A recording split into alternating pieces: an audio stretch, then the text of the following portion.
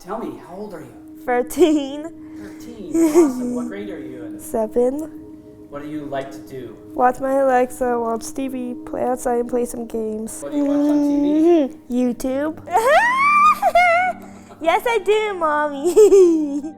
The biggest issue that I see Avery facing is stimulation.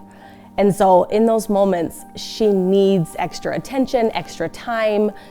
She needs to kind of go at her own pace because of her autism. So Avery's little sister wanted a magazine. So being Avery and wanting to help everybody around her, she went flying into the kitchen to grab her a magazine. And then I tried to spilled it and I ran across the kitchen to get my baby sister a magazine. Didn't see the lemonade, slipped and hit the countertop and fell down the floor.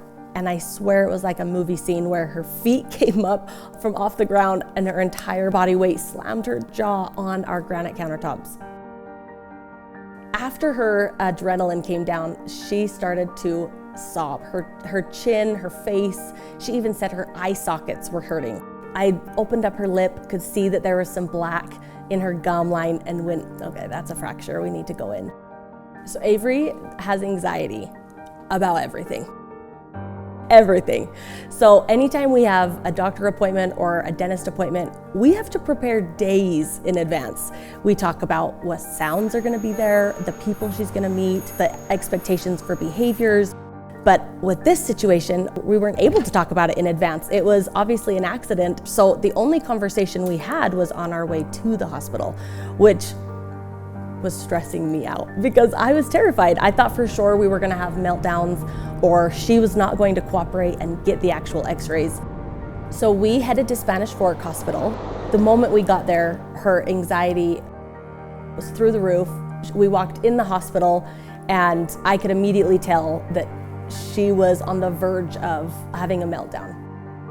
And the first person that greeted us in the radiology department, I believe her name was Peyton, and she could sense that fear and anxiety before we were even up to the desk. And she instantly asked Avery personal questions, which I know was to calm Avery down, and it worked tremendously. And Peyton said, let me give you a piece of paper and I want you to draw how you feel. That immediately calmed Avery.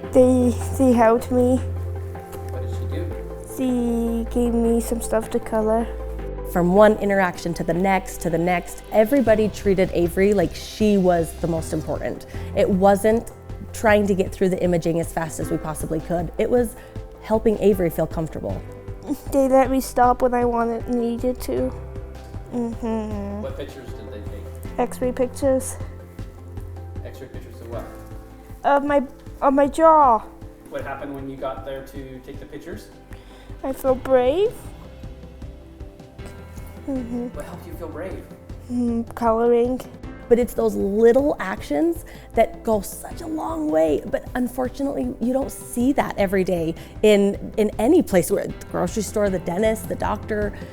People don't take the time to make those little decisions that will help Avery go so far. What do you think other people can do to help you feel more comfortable when you go out to grocery stores and stuff? They can help me not be afraid. What can they do to help you not be afraid? Color with me. Color with you? Before we even made it to the car, Avery immediately said, Mom, we have to get my friends lunch. And of course, my first response is, Aves, why? Why do you want to grab them lunch?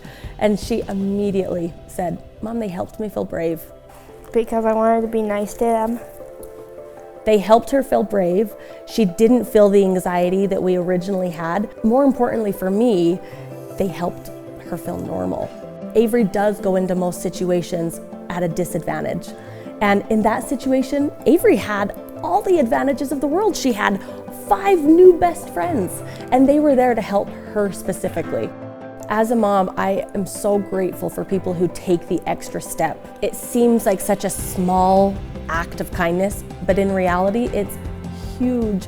They instantly were intuitive and listened to not only their gut, but Avery's body language.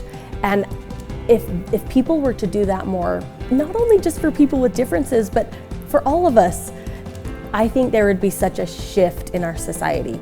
And that is what I'm so grateful for. And it's something that I couldn't even express enough, because again, it's such a small act of kindness, but it goes so far.